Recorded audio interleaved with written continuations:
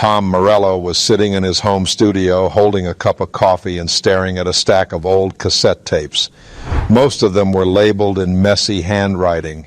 RATM Demo, 1991. Solo Ideas. Zach Vocals Rough. And one completely blank. Just a black tape with no label. He paused. That blank tape had followed him for decades. Through Rage Against the Machine, Audioslave, and even his solo work. And yet he had never talked about what was on it. Not to the fans, not to the band, not even in interviews. Until now. When he finally brought it up during a podcast, fans were stunned. There's a riff on that tape, Tom said, that scared me, not because it was bad, because it was too good. Too good? He explained further. It was one of those moments where something hit you like lightning. I was just playing around, and I struck this sound.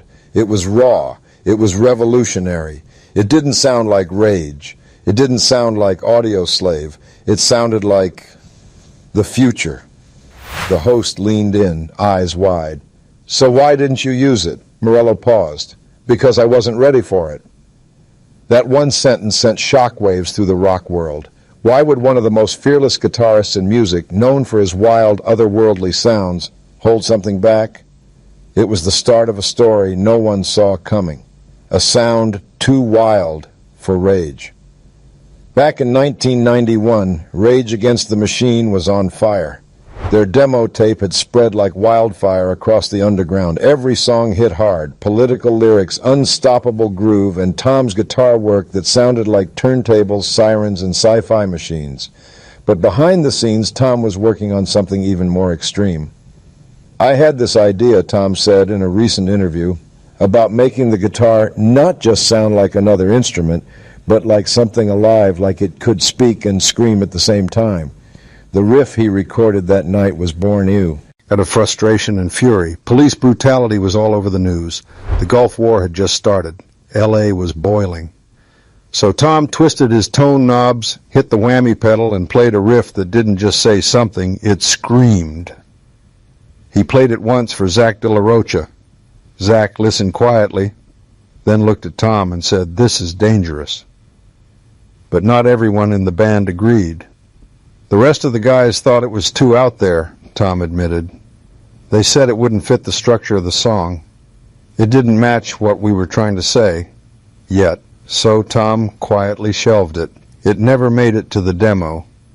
Not even the bootleg collectors had it, and for years, fans had no clue this track ever existed, until Tom began teasing it during interviews, calling it the one that got away, Audioslave and the missing piece.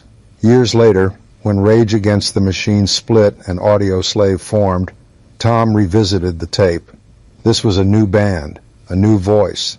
Chris Cornell wasn't political like Zach. He was poetic, tragic, powerful. Tom thought, maybe now's the time.